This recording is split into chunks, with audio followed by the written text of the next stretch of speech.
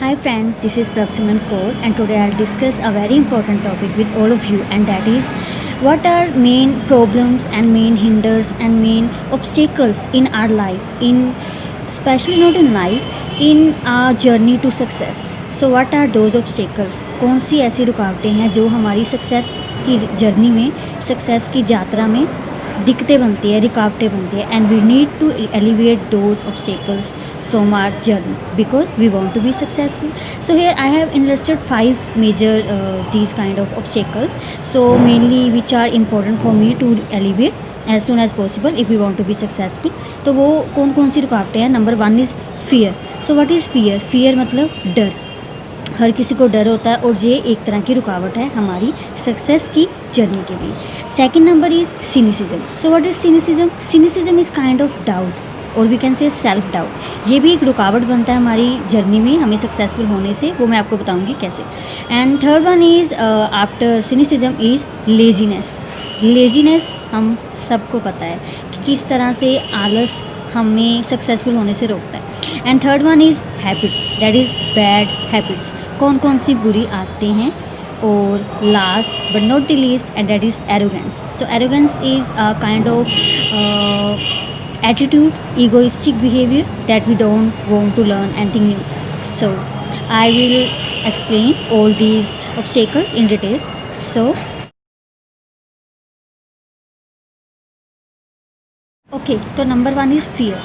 So how fear become an obstacle in our journey to success? So fear of failure keeps too many people out of the game. डर की वजह से बहुत से लोग हैं पहले ही क्विट कर देते हैं. जैसे कोई बिजनेसमैन है, उसने कोई न्यू बिज़नेस स्टार्ट करना है तो वो सोच रहा है कि यार, वो मार्केट देखकर सोच रहा है कि मेरा ये प्रोडक्ट तो चलेगा ही नहीं. लाइक अभी कोरोना आ गया है, किसी ने कोई बिज़नेस ओपन करना था, कोई भी ऐसे कोई बिज़नेस ओपन करना था, पर बिकॉज ऑफ कोरोना वो खुद ही सोच रहा है, उसे डर हो रहा है कि कहीं मैं फेल ना हो जाऊँ. कोरोना है, सारी इक्वेशंस चेंज हो रही हैं, तो that is fear of failure. तो फियर ऑफ फेलियर की वजह से बहुत से लोग हैं अपने आप को पहले ही आउट ऑफ द गेम कर देते हैं, पहले ही क्विट कर देते हैं, और जो कि हमें नहीं करना चाहिए. उसी की वजह से ही हम सक्सेस पाने की जो पहली पौड़ी है उसी को ही हम लॉस कर देते हैं. क्यों? क्योंकि हम पहले ही सोच लेते हैं कि हम तो फेल हो जाएंगे, और अगर फेल हो जाएंगे तो ये सोचकर हम वो करते ही नहीं है. एटलीस्ट ट्राई तो करो.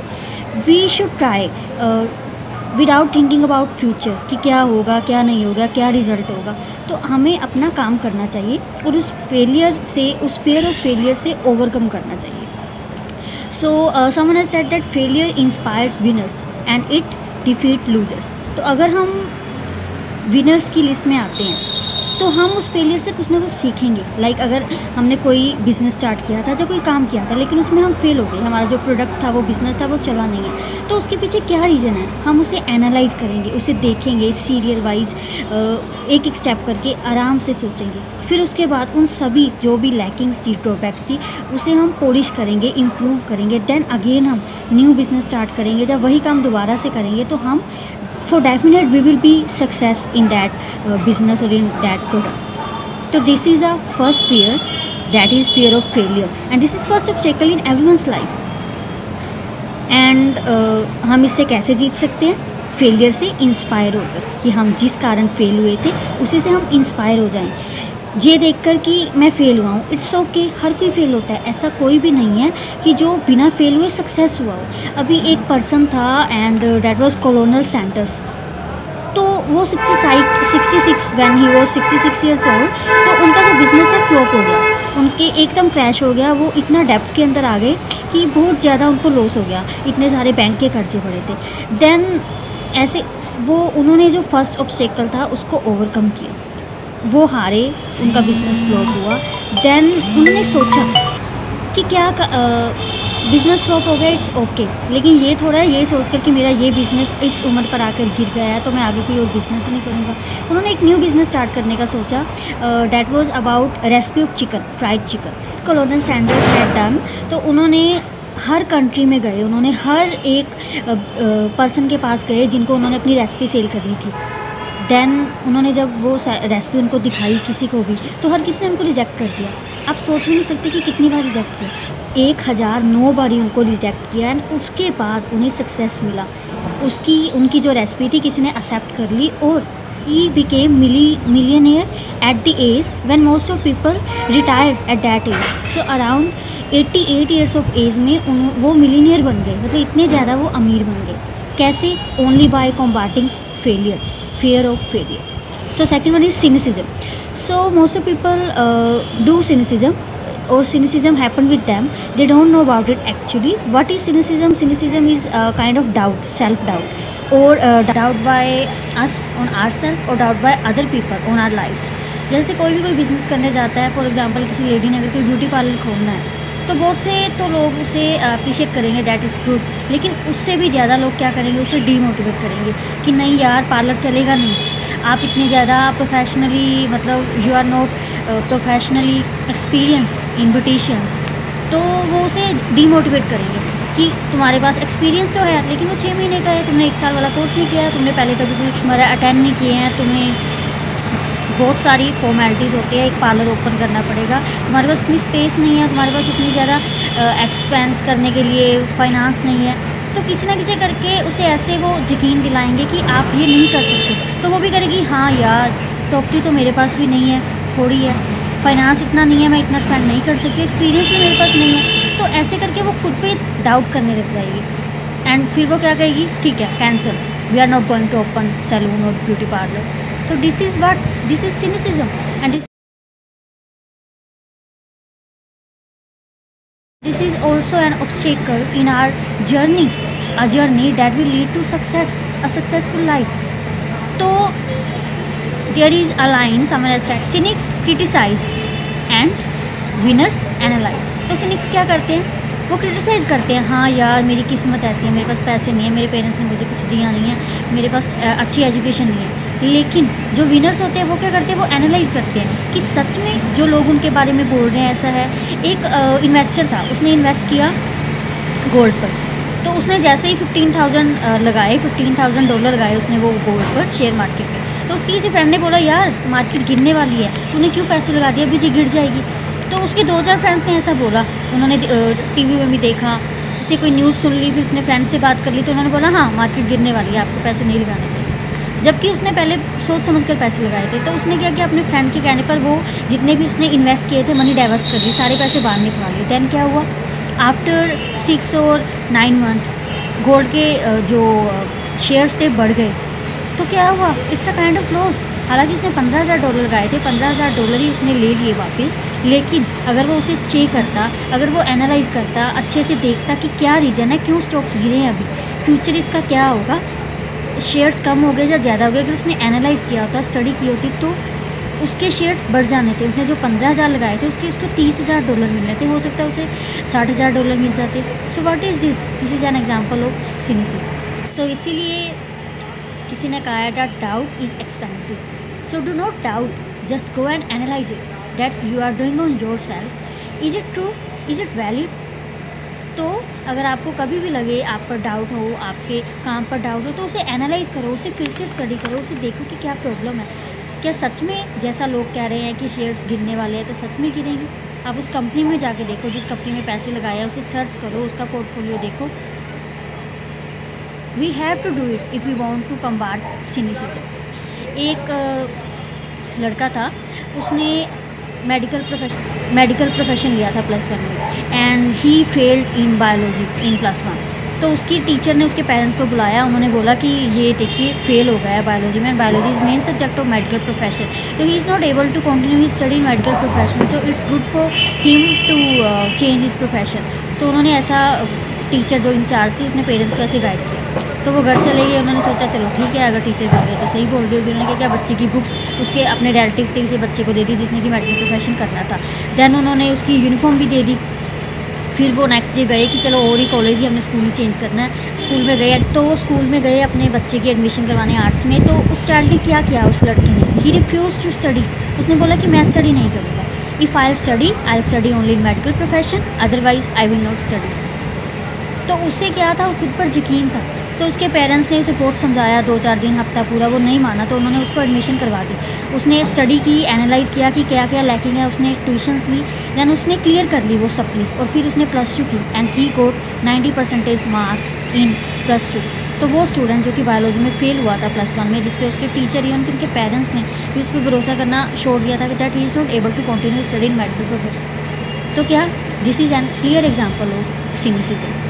तो someone has said that cynics criticise and winners analyse. तो उस लड़के ने वही किया and we also have to do the same. हमें भी वही करना होगा अगर कि हमने सेल्फ डाउट को, सिनिसिज्म को अपने रास्ते से हटाना है ताकि हम सक्सेसफुल बन सकें। चाहे हम बिजनेसमैन बनना चाहते हैं, चाहे हम अच्छा स्टूडेंट बनना चाहते हैं, अच्छे पर्सन बनना चाहते हैं, या फिर कोई भी बिज़नेस ओपन करना चाहते हैं, उसमें सक्सेस होने के लिए हमें ये जो ऑब्स्टेकल्स है, जो रुकावटें हैं, जैसे फर्स्ट है fear of failure and second cynicism, we have to remove that as soon as possible. Okay, so let's move to our third one and that is laziness. तो लेजीनेस, आलस, हर किसी को पता है कि हर किसी की ज़िंदगी में रुकावट है। अब क्या है आलस? ऐसे तो सबको पता है दैट इस लेजीनेस, आलस हर किसी की सक्सेस में रुकावट बन रहा है, but actually what is laziness? Why we follow this?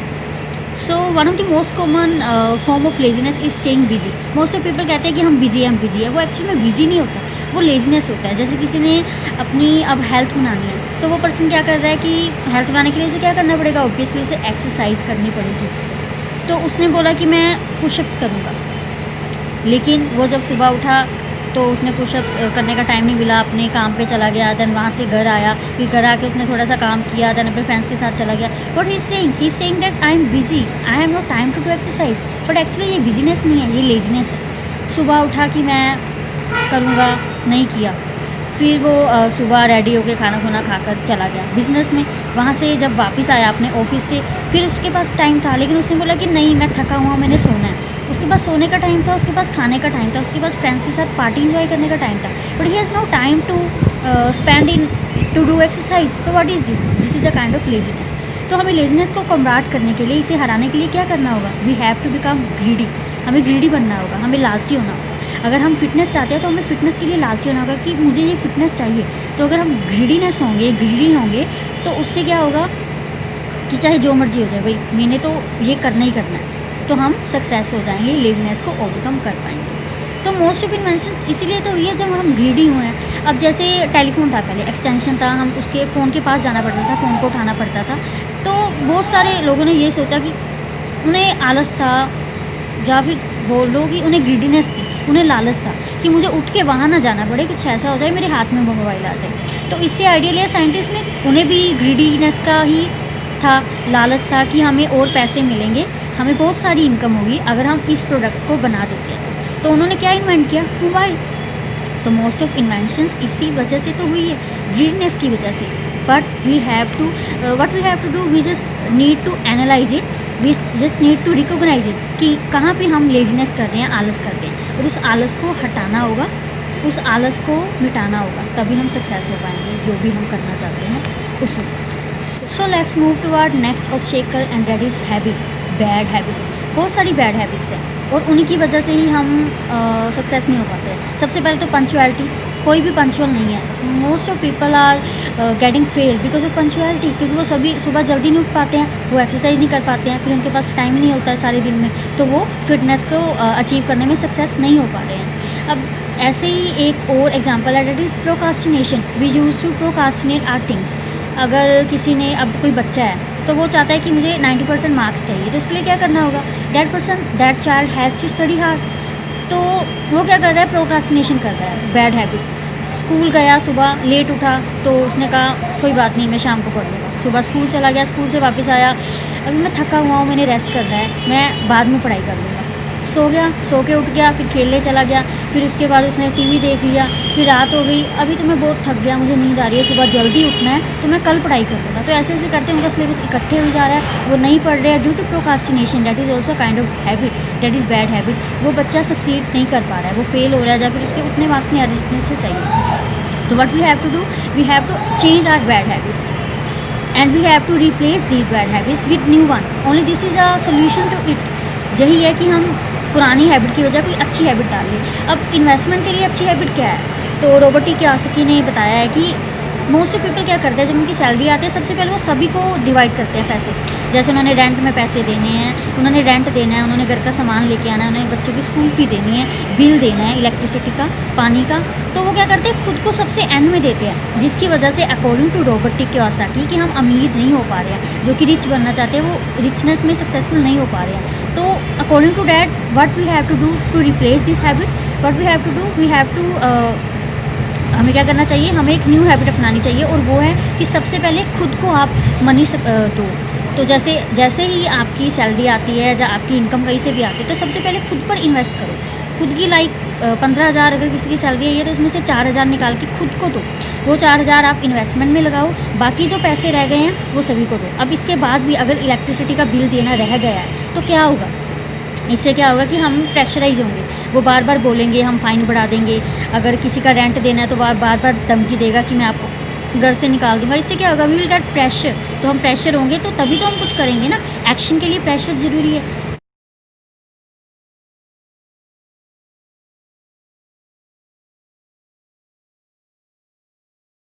तो हमें प्रेशर मिलेगा तो हम और कोई ना कोई तरीका ढूंढेंगे और पैसे कमाने का, तो we will get success to become rich. So for this we have to improve our bad habits. We have to replace our bad habits with new one. And last but not least is arrogance. Arrogance is a kind of behavior, ignorant behavior, or we can say attitude to not learn and new things. तो बहुत से लोग होते हैं जो कि masters की होती है, अगर उन्हें कोई बोल देना कि आप कुछ नया लर्न कर लो तो वो एरोगेंट हो जाते हैं कि यार मैंने तो मास्टर्स की हुई है, पीएचडी की हुई है, मुझे क्या ज़रूरत है लर्न कर लेगी कुछ और। लेकिन एक्चुअल में वो नहीं जानते कि हमें हर स्टेज में कुछ ना कुछ न्यू लर्न करना पड़ता है, क्योंकि जो हमने पढ़ा था वो पुराना हो चुका है, दैट इज़ आउटडेटेड। तो हमें कुछ न्यू लर्न करना पड़ेगा। तो व्हाट इज़ एरोगेंस? तो एक्चुअली एरोगेंस क्या है? So most of people think that what I know makes me money.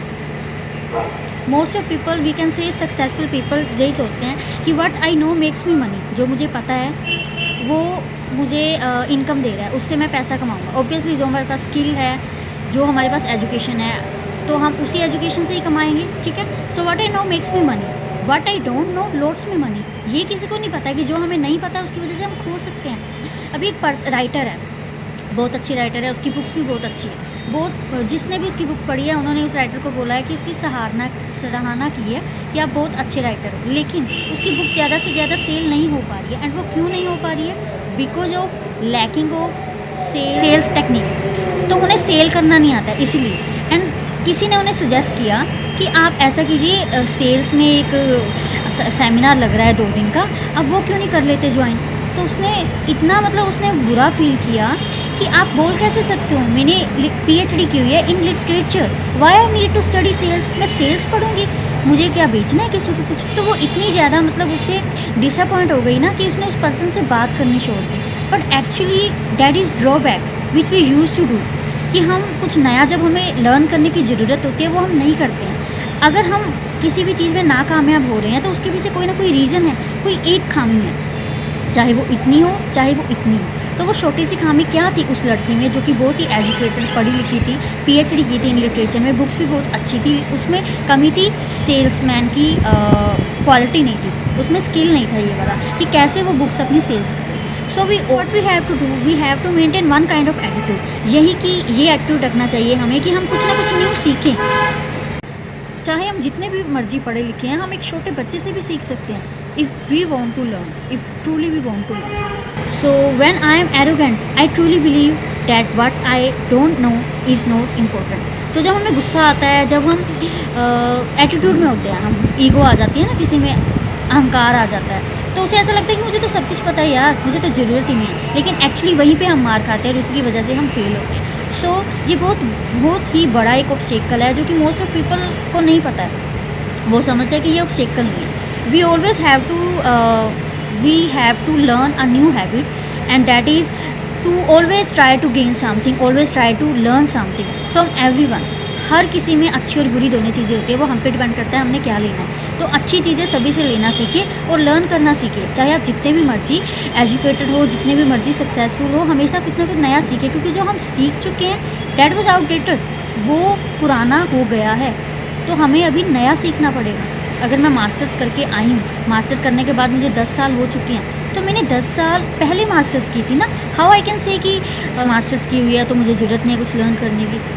तो हमें एक थैंकफुल बिहेवियर रखना होगा, thankful to God, thankful to our parents, thankful to everyone, and always show gratitude in your behaviour. तो these are, according to me, these are main 5 obstacles in our journey to success, and if we want to be successful, we have to alleviate these obstacles at any cost. So this is all about my video. If you like it,